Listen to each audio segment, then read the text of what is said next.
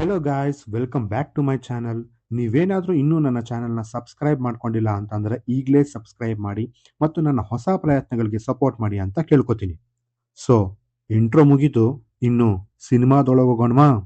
Mark, return and directed by Vijay Karthikeya, starrer by Kichcha Sudeep, Gopal Krishna Deshpande, Yogi Babu and many more. ಇನ್ನು ಈ ಸಿನಿಮಾದ plot ವಿಷಯಕ್ಕೆ ಬರೋದಾದ್ರೆ, ಟ್ರೇಲರ್ನಲ್ಲೇ ತೋರಿಸಿರೋ ಹಾಗೆ 18 ಗಂಟೆ 18 ಮಕ್ಕಳು. ಈ ಮಕ್ಕಳು ಜೀವ ಈಗ ನಮ್ಮ ಮಾರ್ಕ್ ಕೈಯಲ್ಲಿ.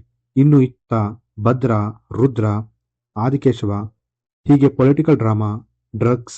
ನಿಜ ಹೇಳ್ಬೇಕಂತಂದ್ರೆ ಮ್ಯಾಕ್ಸ್ ಸಿನಿಮಾದಲ್ಲಿ ಸ್ಟೋರಿನೇ ಇರಲಿಲ್ಲ, ಬಟ್ ಇಲ್ಲಿ ಹಾಗಲ್ಲ.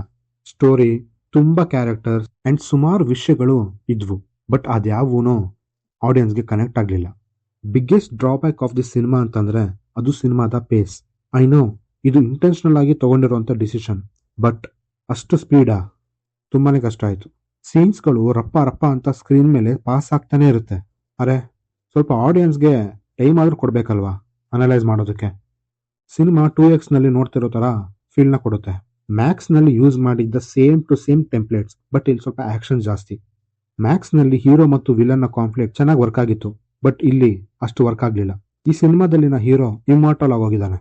ಲೈಕ್ ಅಂದ್ರೆ ಎಲ್ಲ ವಿಷಯ ಅವನಿಗೆ ಮೊದಲೇ ಗೊತ್ತಿರುತ್ತೆ, ಹೀಗೆ ಮಾಡಿದ್ರೆ ಹೀಗಾಗುತ್ತೆ, ನಾವು ವಿಲನ್ಸ್ ನ ಈ ರೀತಿ ಟ್ಯಾಕಲ್ ಮಾಡಬೇಕು, ಈ ರೀತಿ ಎಲ್ಲ ಮೊದಲೇ ಪ್ಲಾನ್ ನಡೆದೋಗಿರುತ್ತೆ.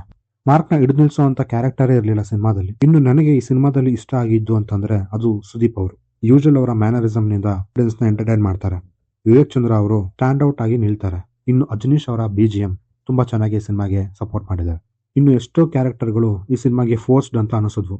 ತುಂಬಾ ಟ್ವಿಸ್ಟ್ ಗಳಿದ್ರೂ ಅವ್ಯಾವೂ ಆಡಿಯನ್ಸ್ಗೆ ಸರ್ಪ್ರೈಸ್ ಮಾಡೋದಿಲ್ಲ.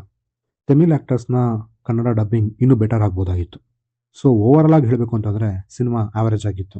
ಆ್ಯಂಡ್ ಈ ಸಿನಿಮಾದಲ್ಲಿ ಬಿಗ್ಗೆಸ್ಟ್ ಲಾಜಿಕ್ನ ಮಿಸ್ ಮಾಡಿದ್ದಾರೆ. ಅದೇನು ಅಂತ ಕೆಳಗಡೆ ಕಮೆಂಟ್ ಮಾಡಿರ್ತೀನಿ, ನೋಡಿ. ಸೊ ಇದಾಗಿತ್ತು ನನ್ನ ರಿವ್ಯೂ. ನೀವೇನಾದ್ರೂ ಈ ಸಿನಿಮಾನ ಆಲ್ರೆಡಿ ನೋಡಿದ್ರೆ ಹೇಗೆ ಅನಿಸ್ತು ಅಂತ ಕೆಳಗಡೆ ಕಮೆಂಟ್ ಮಾಡಿ ತಿಳಿಸಿ. ಮುಂದಿನ ವಿಡಿಯೋದಲ್ಲಿ ಸಿಗೋಣ ಅಂತ ಹೇಳ್ತಾ ನಾನಿನ್ನು ಹೋಗ್ಬಿಟ್ಟು ಬರ್ತೀನಿ.